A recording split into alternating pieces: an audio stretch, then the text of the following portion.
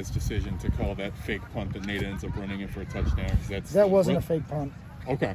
That was Nate basically seeing something, taking it, and we got real lucky there. So it breaks 2 tackles, I think, before he even gets to the first down line, and he gets it in. He's going to be something. I mean, he already is, but he had a special game tonight.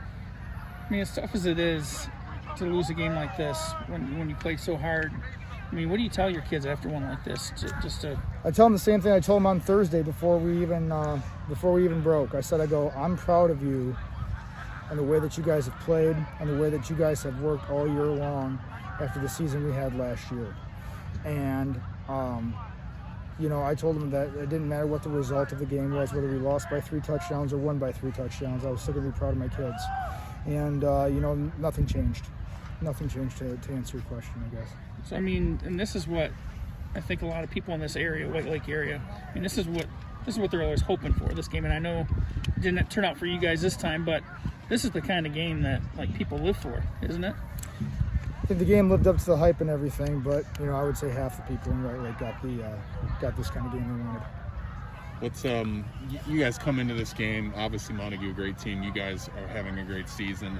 You never really know when you're on the upswing like you guys are, how your guys are going to react to a matchup like this. How did you feel like the kids sort of played and measured up to that moment? I felt the kids did a wonderful job all game long. And, I really thought that we had to weather a storm. If you look at Montague and how they have scored against everybody that they've played, I think the worst score they had in the first quarter was 14-0, maybe 14-6 with Oak Ridge. I'm not sure right now off the top of my head. But they've been dominant, especially in the first quarter and the first half in general. And when we were playing the way that we were playing, I thought to myself, I said, we went ahead and we were able to weather the storm. And we needed to have a chance in the second half.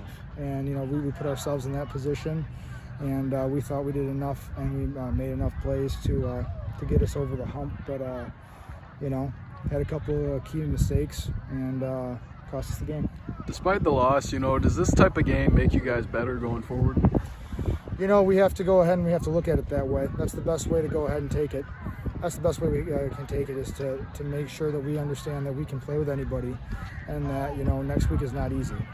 I mean, we go on the road to Oak Ridge, so we play them, and then, as far as the playoffs and all those types of things, we'll see how everything falls. But I think that there definitely there's a time that we are going to have to lean on these experiences from this game, and hopefully that'll get us over the hump when it's, a playoff game or a district championship or something like that. When you guys look for a pick-me-up, I mean, you could get to Ford Field this year and maybe not face a better team the rest of the season. That's a possibility. That's a possibility, but it's high school football, and a lot can happen. And we have to go ahead and we have to regroup as a team, and we have to make sure that our kids are in a good place come Monday.